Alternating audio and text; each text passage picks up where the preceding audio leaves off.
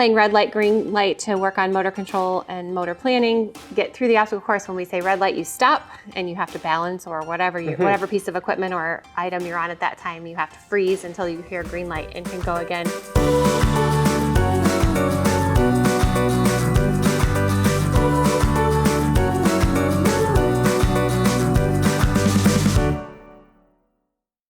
Hey everyone, and welcome back to the FlagHouse Sensory Channel. I'm your host Chris, and this week I'm here with Lauren Drobnjak from the Inspired Treehouse, and we're going to be looking at fun obstacle course ideas.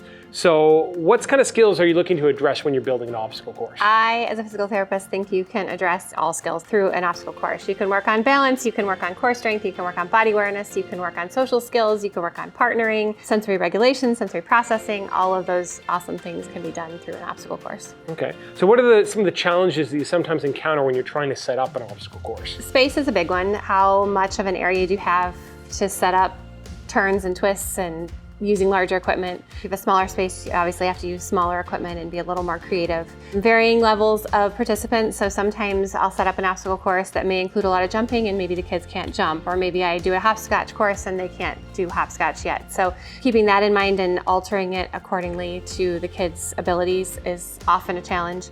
And then keeping it interesting and fresh so the kids want to keep doing it and moving through the obstacle courses to work on those skills. Sure, and so what are some of your favorite ways to keep it fresh, to keep it interesting, and to keep those kids engaged? I like to have the kids design it because it's always something to give them a little piece of control and say, hey, here's your stuff.